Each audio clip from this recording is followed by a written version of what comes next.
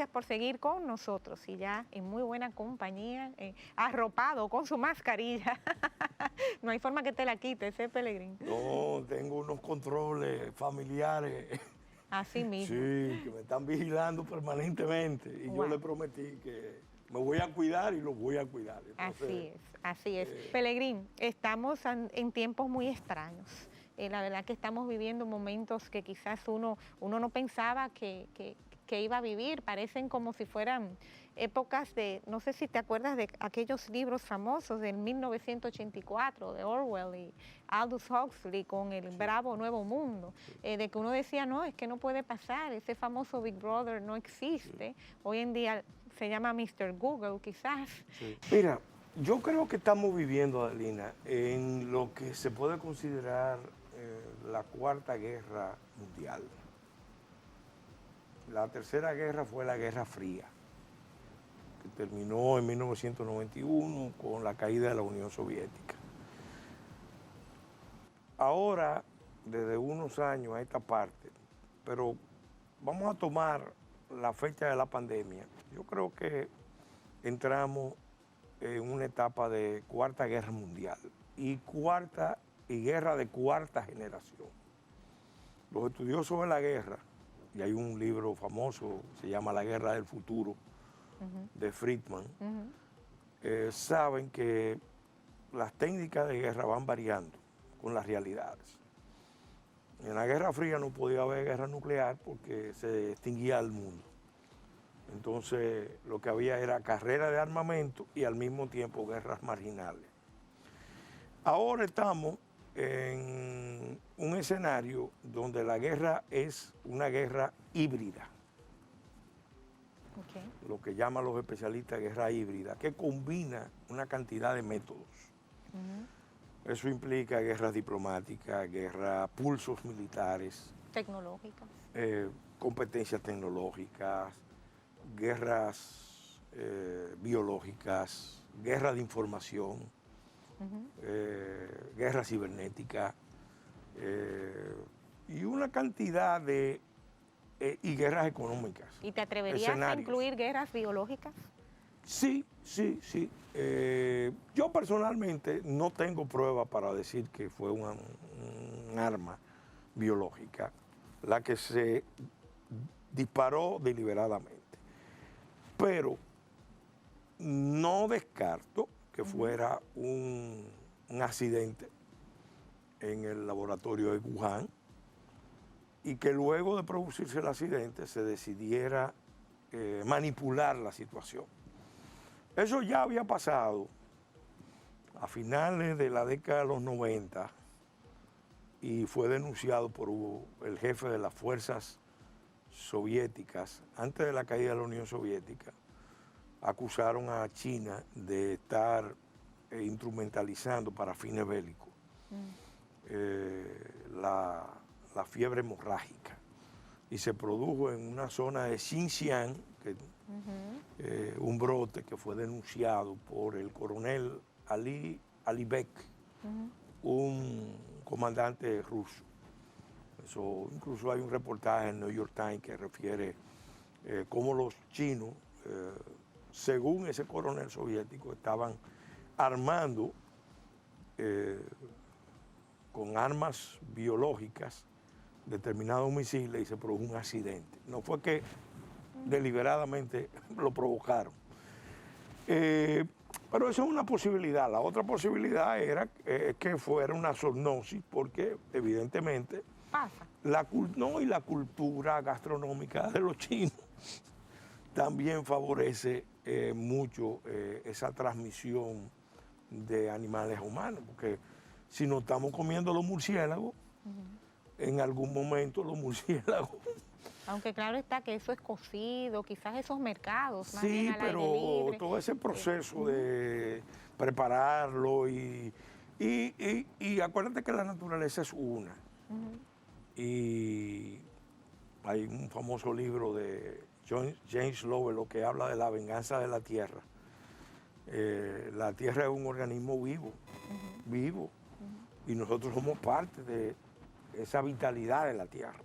y a veces se nos olvida y entonces vivimos agrediendo el planeta y el planeta a veces se venga, ajusta cuenta con nosotros. Ley de la física, ¿no? Que para cada acción hay una reacción. Hay una reacción. Bueno, eso son posibilidades. Ahora, lo que está fuera de discusión es que se manipuló la información deliberadamente. O sea, no se dio la alerta en tiempo temprano, que hubiera dado oportunidad a una reacción, no se transmitieron todas las informaciones sobre el virus. Los chinos alegaron incluso que fue un ataque biológico que se le hizo a ellos. Ay. O sea, oficialmente el vocero del gobierno chino acusó a las Fuerzas Armadas norteamericanas de haber provocado un ataque. Pero el hecho es que el flujo de los infectados fue hacia el exterior. Y la mayor parte de internamente también, en China, ¿no? internamente en China no se produjo ese nivel de difusión porque los chinos automáticamente tomaron medidas e impusieron un tipo de régimen. Ellos tienen mucho control de la población usando la tecnología. Y sin decirle al mundo, eso fue algo y sin decirle al mundo, un poco extraño. También se vio que la OMS no jugó bien su papel y parece ser que no se quiere decir toda la verdad porque los servicios de inteligencia de los países fallaron. O quizás nos estaban esperando algo. O estaban esperando el escenario enemigo. Y lo usaron políticamente, que es lo que yo personalmente creo que ha pasado con respecto a Estados Unidos y a Occidente. Ahora, la vacuna ellos la manufacturaron a un tiempo récord, los todo, chinos, ¿no? Todo lo que ha pasado indica que, mira, hay una obra de Ulrich Beth, se llama Sociedad de Riesgo Global. Es un sociólogo alemán, pensador muy profundo, que estudia el problema del mundo moderno, que es un mundo bastante complejo, bastante vulnerable, porque un escenario de crisis en un punto tiene una capacidad de transmisión hacia el resto del mundo demasiado rápido. Entonces, el tema del manejo del riesgo global es algo que está pendiente sobre el conjunto de la humanidad. Lo que ha pasado es grave y cambió el mundo. Cambió el mundo porque primero ha generado un ambiente de una enorme desconfianza en el mundo. Personalmente yo hago la asimilación de este episodio con el episodio del Chernóbil. Yo lo pensé también. Cuando estalló la planta fue el 26 de abril de 1986. Estalló esa planta nuclear. La planta se llamaba Vladimir Lenin en Ucrania. Eso provocó un accidente nuclear cuyos efectos se sintieron en parte de Europa, en parte de Rusia, parte de los países de la órbita soviética, parte de la Federación Rusa. Eso pudo terminar en una catástrofe mayor. Pero lo que puso en evidencia cuando se produjo el hecho fue que un régimen totalitario, cuando se produce ese tipo de hechos, manipula los escenarios, no transmite toda la verdad, no es transparente.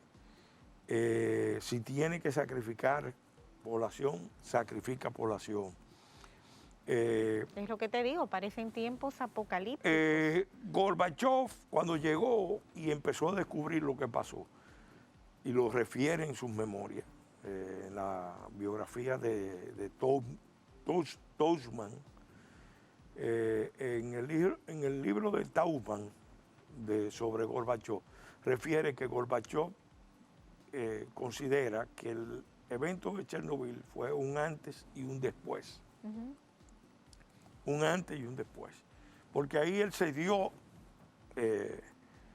cuenta plena, llegó al convencimiento de que no tenía más camino que producir una gran transformación del sistema, que el sistema estaba podrido, estaba maleado porque si el área de energía nuclear, que era el área que recogía el mayor talento, la élite científica de la Unión Soviética, manejaba la crisis como se manejó eso, no había nada que hacer.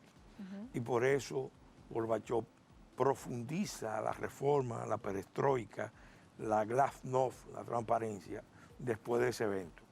Yo creo que eventualmente esto le va a cobrar a China un costo, porque China venía ascendiendo y sigue siendo una potencia de rango mundial grande, considerable, pero el plan de ellos de liderar el proceso global, de seguir concentrando las cadenas de suministro en China, porque ese era el plan, con la franja y la ruta de la seda, con la política del collar de perla, que es la política para garantizar el transporte marítimo de bienes y mercancías, insumos, materias primas, energía. Ya esa política está en entredicho, porque el mundo no confía ya en un líder que maneja una crisis mundial como la manejó China. Bueno, eso es importante, todo esto que has hablado, porque precisamente esa percepción mundial es algo que está, como quien dice, permeando todos los países por esto de la globalización y todo eso, y obviamente creo que esto va a hacer que desencadene en el próximo tema que vamos a tratar, que es precisamente esa famosa agenda global, porque ¿quién está liderando esa agenda global? Y cómo puede incidir también en países como nosotros, que lo único que podemos hacer generalmente es acatar órdenes o decidir llevar nuestro camino por las alas del bien. Volvemos entonces con Pelegrín Castillo, mucho más estaremos dilucidando sobre el tema el tema del momento, diríamos que quizás la Constitución una vez más está bajo riesgo. Esto y mucho más en Adelina, quédense con nosotros, ya volvemos.